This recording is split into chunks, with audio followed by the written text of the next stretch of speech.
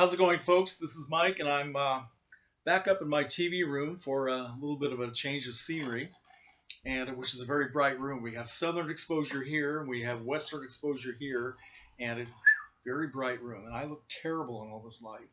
So, what are you gonna do? I'm here for another episode of Genre Files, and I'm about 4 days late, so I apologize, guys. We were supposed to watch a western, and I decided to watch an old favorite of mine, River of No Return, from 1954, and as you can see, this is part of the Marilyn Monroe Diamond Collection. And by 1954, Marilyn Monroe was the most popular movie star in the world. In 1953, she had had major successes in three films: How to Marry a Millionaire, Gentlemen Prefer Blondes, and Niagara. So this was her next film, and it was also a very big hit for her. But the top billed star was Robert Mitchum, who is probably the only actor in Hollywood history who was a perfect physical match for Marilyn Monroe. And anyway, it's one of my favorite movies. Directed by, of all people, Otto Preminger, which was very strange because he had never done a Western before, and that he had to be kind of talked into doing it. But I think it's a great film. All right, so the story is that it takes place during the Gold Rush period, back in the 1870s, in the Pacific Northwest. And Mitchum plays a guy named Matt Calder, who has been in prison for about 10 years because he shot a man in the back because he was killing a friend of his. And he has a 10-year-old son that he's never seen before. And the son was living back east with his mother. And now that Matt is out of prison, the mother has died, and the kid is going to be reunited with his father. And of course, they don't know each other. They've never seen each other. The kid has been sent to this tent city, which has kind of sprung up overnight because everybody's got gold rush fever, and people are all, wild and crazy and drunk. And the kid's been sent there with another man who decided to get gold rush fever and leave the kid with a dance hall girl named Kay, played by Miss Monroe. So we find out that she is the typical dance hall girl with a heart of gold. And so she meets the father, and then the father takes the kid back to this ranch that he's built up right next to this beautiful wild river. Okay? And we find out that Kay has a very shady, underhanded boyfriend played by Rory Calhoun, a guy named Harry Weston, who has won a gold claim in a card game. And he probably cheated in the card game, although he doesn't come out and admit it. But he does say that he has to get to the next town as soon as possible. There are ghosts in my house. As soon as possible to file his claim before these guys that he had the card game with come after him. So he decides to get a raft and take Kay and float down the river to get to the city. That's the only way, because he doesn't have a horse. So the two of them get on this raft, and they're going to get married, and she's in love with the guy and all this nonsense. And when they get to the place where Matt Calder's ranch is, they start to have trouble with the raft. So Matt pulls them in and helps them out, and Harry pays back Matt's kindness by knocking him out, stealing his rifle, and stealing his horse. Okay?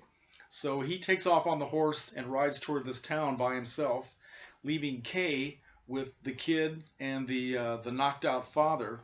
And in the meantime, there are Indians up in the mountains who have been watching Matt and waiting for a chance to come down and attack him. Now that they see he doesn't have a rifle, they start coming down toward the ranch. Matt says, okay, we have no choice. Let's get on the raft, go down the river, while the Indians come down and burn the ranch. So it takes it into this exciting adventure, which is not really a typical Western at all. It's not so much a shoot-'em-up cowboy show as it is stories about the relationships between these people, and the fact that Matt and Kay, who are so very different, have an enormous attraction for each other, and they fall in love.